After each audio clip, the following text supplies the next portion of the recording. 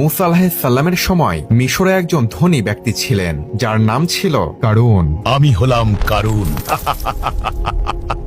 আমার মতো ধন সম্পদ কারো নেই।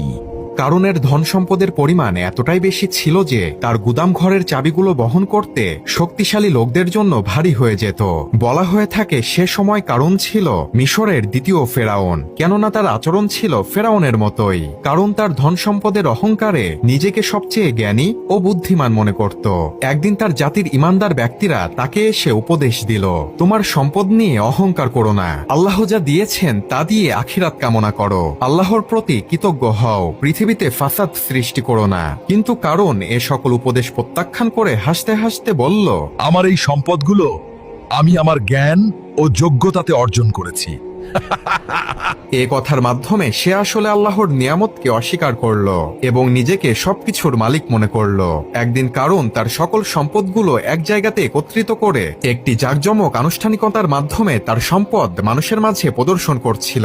আর এগুলো দেখে দুনিয়াপ্রেমী মানুষেরা আফসোস করছিল আর বলছিল, কারণের এত সম্পদ যদি আমাদের থাকতো তাহলে না জানি কতটাই ভালো হতো। কিন্তু জ্ঞানীরা সতর্ক করে বললেন, তোমরা যা দেখছো সেটা আসলে সাফল্য না, সাফল্য হচ্ছে আল্লাহর কাছ থেকে পাওয়া পুরস্কার, আর এটা শুধু তারাই পায় যারা আল্লাহর ওপর ঈমান এনেছে। অবশেষে যখন কারণ তার সম্পদের অহংকারের সীমা ছাড়িয়ে গেল, তখন আল্লাহ তাআলা তার সিদ্ধান্ত কার্যকর করলেন। আল্লাহ তাআলা মাটিকে আদেশ করল, আর মাটি কাঁপতে শুরু করলো এবং মাটি ফেটে একটি বিশাল বড় গর্ত তৈরি হয়ে গেল। কারণ ও তার সকল ধন সম্পদ মাটির গর্তে তলিয়ে গেল এবং মাটি পুনরায় একত্রিত হয়ে গেল। কারণের অহংকারে তার সম্পদ এমনভাবে নিশ্চিহ্ন হয়ে গেল, মনে হলো যে তার কোনো অস্তিত্ব পৃথিবীতেই ছিল না। সুবহানাল্লাহ। কারণের এই ঘটনা থেকে আমাদের শিক্ষা নেওয়া উচিত যে সম্পদ হলো আল্লাহর একটি পরীক্ষা। অহংকার মানুষকে ধ্বংসের দিকে নিয়ে যায়। আল্লাহর নিয়ামতকে নিজের যোগ্যতা বলা কুফরির কাছাকাছি। আর দুনিয়ার জাকজমক হলো ক্ষণস্থায়ী এবং আখিরাত চিরস্থায়ী।